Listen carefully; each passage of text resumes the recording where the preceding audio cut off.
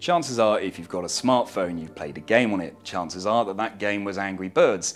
Smartphone games like this have proven to be very successful for two major reasons. They're cheap to buy and most people have a smartphone. This is why Sony faces a significant challenge with its new portable game system, the PlayStation Vita. The Vita feels a bit lacking in unique features. It's got a touchscreen on the front, wireless internet access, there's even a 3G model, downloadable titles, social media and multimedia playback as well.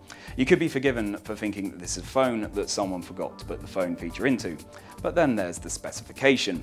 The 5-inch display is one of the best we've seen, with a high resolution and bright sharp colours. The quad-core processor and top-of-the-range graphics chip mean that the pocket-sized Vita can produce pictures as pretty as its big brother, the PlayStation 3.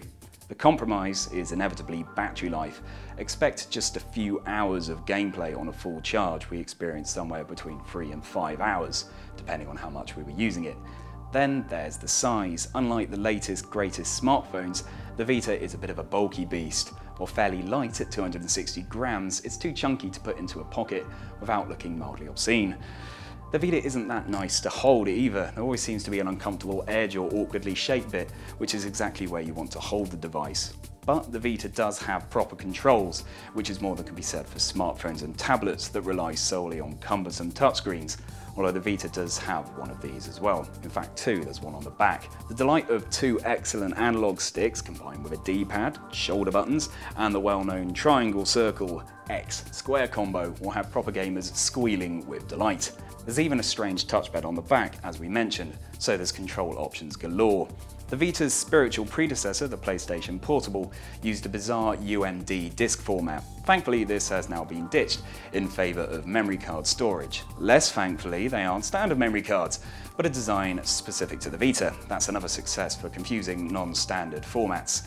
Which brings us fairly inevitably onto price. A 4GB blank Vita card costs 18 quid, while a game costs around £35. The console is pretty pricey too.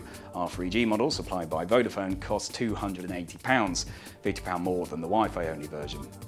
All this said, it's as a games console that the Vita triumphs, even if it does so rather clumsily. It isn't perfect, but its graphical oomph, control features and excellent games lineup make the Vita a really compelling prospect for serious gamers, or even those bored of flinging birds at flimsy towers populated by pigs.